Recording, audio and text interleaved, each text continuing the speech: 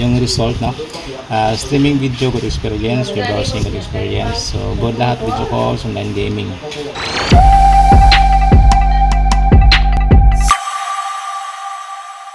Okay, so sa mga kaitin natin dyan, ito na tayo, mag-install tayo ng ating Starlink refurbished. Sa mga nagtatanong sa atin kung maganda ba yung Starlink, so malalaman natin dito sa ating video. Andito pala tayo sa area ng Maayon, Capiz, no? Isa sa mga bukirin na area dito sa probinsya ng Capiz. Yan ang ating paligid. Yan. Napapaligiran na naman tayo ng mga bulubundukin, no? Okay, so ngayon uumpisahan natin yung ating installation. Okay, so step by step tayo, no, para sa mga nagtatanong pala dyan kung paano pa rin daw i-install yung ating Starlink. So alamin natin, so stay tuned mga ka-IT, kasi tatry natin kung maganda ba itong refurbished.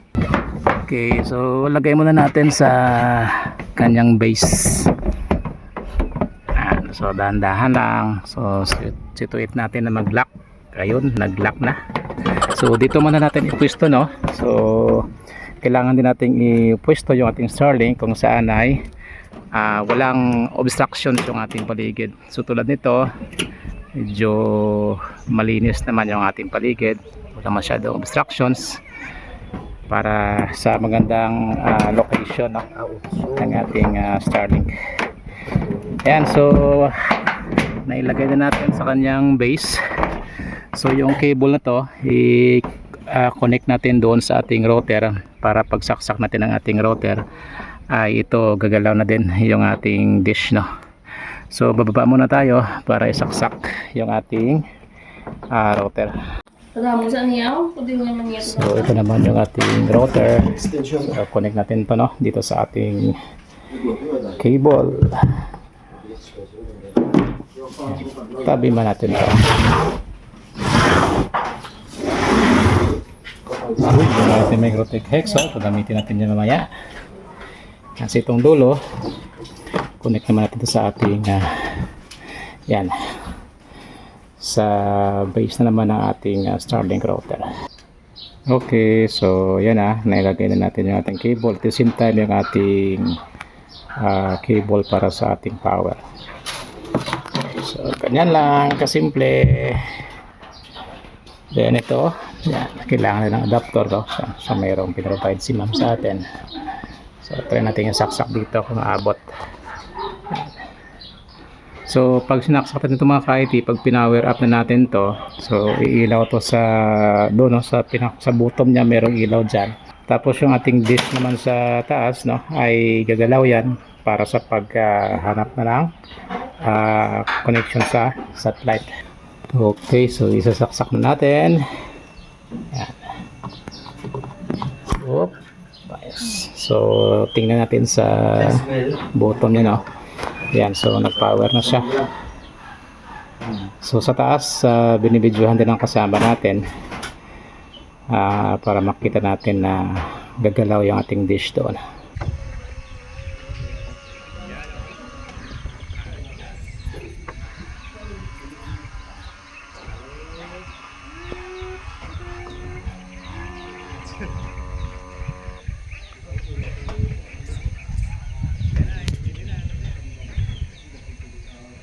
Okay, so ito yung ating router.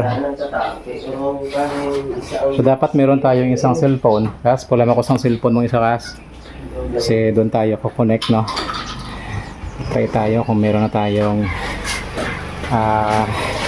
internet. Okay, so ito yung ating extra cellphone. So tingnan natin kung makikita na natin yung wifi ni Starlink. So ayun, ito na nga mga ka-IT, oh, Starlink. So connect tayo dyan. Ayun, connected na. Ayun, so may pumasok na ng mga chats sa ating Facebook page. Ibig sabihin yan, meron na tayong internet. Wow, good job. Bukas tayo ng ating Starlink app. Try natin mag-speed test dito sa ating Starlink.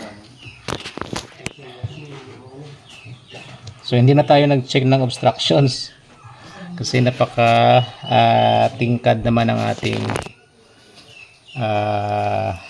paligid.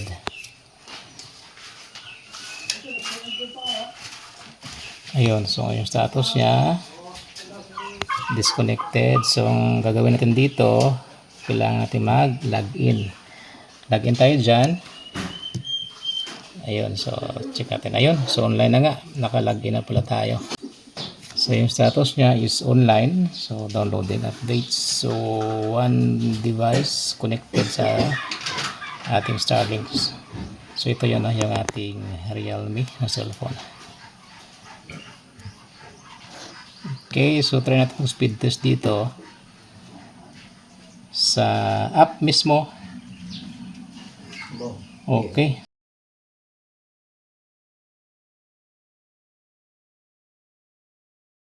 Maabot siya ng 100 Mbps plus. So, ito natin lagay para makita. So yung upload naman nasa 17. Alright, so try natin ulit. Run natin na again. Ngayon, no? So 100 plus Mbps. Grabe, 160 Mbps. So mamari natin niya internet 100 plus. Okay, so subukan natin mag-run as advance.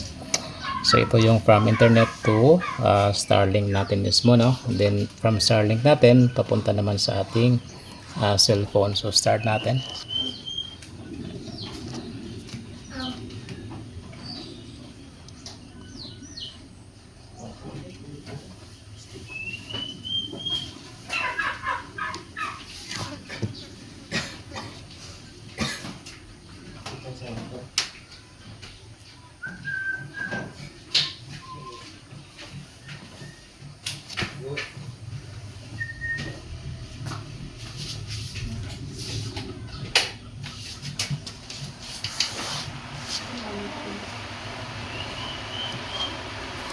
Okay, 75/17. Tapos yung sa Starlink router naman natin, papunta dito sa ating cellphone ay yan yung ating nakukuha. So not bad na mga ka-IT.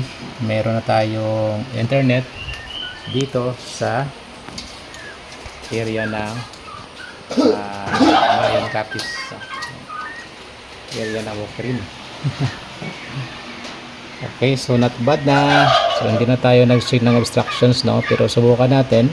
So kung i-check natin yung obstructions, and then check for obstructions. So dito kailangan natin i-select yung ating device. So yun yung ating gamit, no? Confirm natin. So dapat ay nandun tayo nito sa itaas ng ating bubong, no? Para ma-scan natin. So yan yung steps na ating gagawin. Scan natin. So sabi dito, go outside and stand where you intend to set your Starlink. Okay, so subukan natin, no? Kasi para dyan sa mga nagtatanong, so kailangan natin i-check yung ating obstructions. So akit muna tayo sa taas ulit. So punta na ako sa taas. So ito kahit nunid na kasi kung makita nyo, napakaaliwalas ng ating pinaglagyan. So ayan siya, dyan sa taas. So halos walang obstructions na naka paligid, no? Yan. Okay, so napakaaliwalas. Yun yung ating Starlink. Pero subukan na rin natin. Yan. Okay tayo dito. Yep.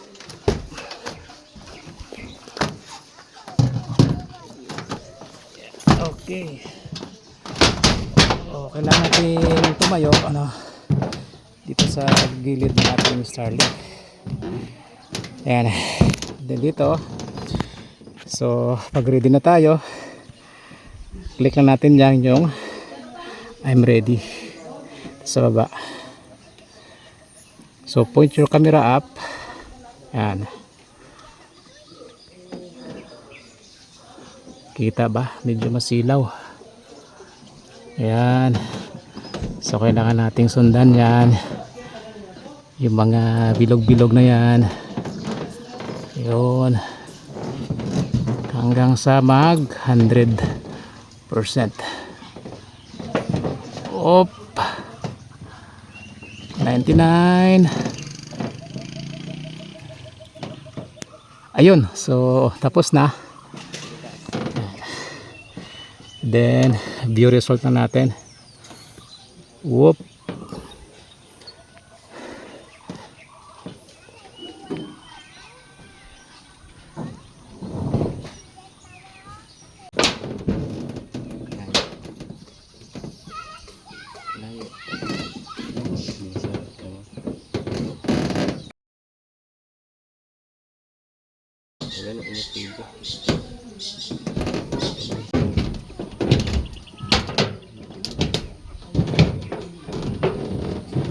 Ayun. Systematic obstructions. Yan ang mga kaiting results. So streaming video, good experience. Web browsing, good experience din. Ayan siya oh. Makita sana no. So medyo masilaw. Then, ang sabi dito, video calls, good experience. Online gaming, good experience. So konting-konti lang. Yan lang siya. Okay. So good job, good job. So okay na. Bababa tayo.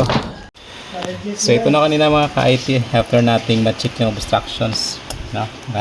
Sabi dito streaming video yung result, no? Streaming video, good experience. Web browsing, good experience. So good lahat, video calls, online gaming. Okay. So yung obstructions dito, itong color na to, so konti lang dito, no? So yung blue na yan lang, clear view. So para makonect din siya sa ating mga PCI video machine, of course kailangan natin itong Ethernet adapter. Okay, so buksan ko muna. Okay, so ito na mga ka-IT. So hindi ko muna siya kinonect, no, during installation natin para malaman natin yung mga connections talaga. So yung pag-connect naman ito, ang mangyari, itong cable from dish, no, yan, ay dito natin i-connect sa may Ethernet adapter. Yan siya, yung nakita, ayun. And then ito naman yung dulo, ito yung i-connect natin dito sa ating router, no. Kumbaga tatanggalin natin to, yung from dish, at ipapalit natin to, okay, yung sa Ethernet adapter. Tapos yung itong galing sa dish natin, dito natin siya lalagay. Alright, so tanggalin ko lang muna. Ayan, so pwede natin siyang i-turn off ulit, no, para mas safe yung ating paglagay ng ating Ethernet adapter. So tanggalin ko lang muna itong ating yan sa saksakan dito. Yun, para mag-off na yung ating router. Okay, then tanggalin natin to, and then ipapalit natin itong sa Ethernet adapter. Okay, so yan ang mga ka-IT. So ito na yung mula sa ating dish. So tinanggal ko siya, pinalitan natin ng sa Ethernet adapter natin. And then ito yung galing sa dish natin, dito natin siya ilagay, no? Yan. And then dito naman sa kanyang LAN port, dito na natin i-connect yung ating mga like a third party router kung meron tayo, desktop switch or PCI window machine, mga computers, laptop natin, ay pwede na yan dyan. Okay, so i-connect ko lang muna. Alright, so yan na. So kompleto na mga ka-IT. So yung Ethernet adapter natin, ito siya. Tapos ito naman yung galing sa ating dish, yan, papunta sa ating dish doon sa taas. Alright, so ngayon pwede na natin i-power on ulit. Saksakin ulit. So nag-power na, antayin na lang natin, no? Yan. Okay, so ayos na. Check natin ulit kung meron tayong nakikita. Ayun, so meron na. Ready na ulit yung ating router. So connect tayo, no, sa ating Starlink. Ayun. connected. So, ayun may tumawag agad sinsya muna kayo mga ka-IT kasi nag-install tayo ng Starlink. Check natin yung ating YouTube kung mayroon. Ayun, ayos na ayos, mayroon tayong YouTube. Aba, saan natin yan? Ayan sexy. So ayos na mga ka-IT. So una ang gagawin natin dito, i-connect natin mamaya yung ating Microtech. Ito na. So i-connect natin yan sa Microtech. Ang Starlink config. Yes. So dito na tayo sa pag-connect dito sa ating Microtech Hex. And so from here sa LAN port na ating Ethernet adapter, papunta yan sa Ethernet port din mismo, yung port 1 ng ating Microtech Hex. So from here, then yung dulo is dito din. Okay, so yan, nalagay na natin mga ka-IT. So, Ethernet port ng Hex, and then dito sa ating LAN port ng ating Ethernet adapter. Okay, so tingnan natin kung may ilaw na.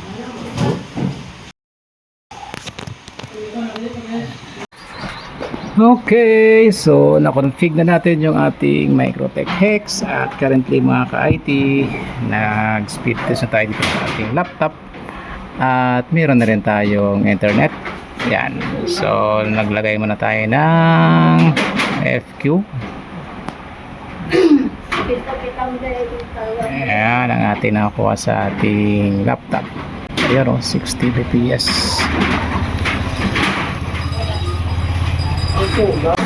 So activated na rin yung ating FQ codel dyan sa ating Hex.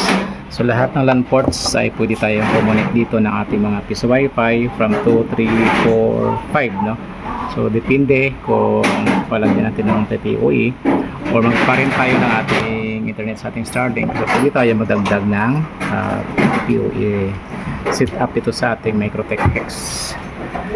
Kaya so all done na tayo. Yung ating speed test result ay meron tayo 75 Mbps sa LAN connection natin sa ating Microtech Hex.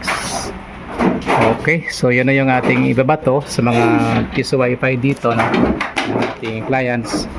So dito sa baba mayroon silang piso Wi-Fi. Yan dito sa kanilang maliit na bahay dyan. At currently mayroon na silang mga FOC dito. Yan, piso Wi-Fi din yan doon. Ito piso Wi-Fi din yan doon. Tapos doon pa sa kabila mayroon pa sila. Ito yung na yan. Okay, so ayos na. Tapos na tayo dito sa area ng Maayon guys. Yan, so sa mga nais pala dyan order ng Starlink refurbished ay available pa po yung refurbished. Pwede kayo mag-PM sa ating page at pwede natin install sa inyong area. Okay, so PM ng mga ka-IT para sa inyong mga page. Yan. Yun. Kita ka na sa YouTube, Mang. Makita ka na sa TV. Okay.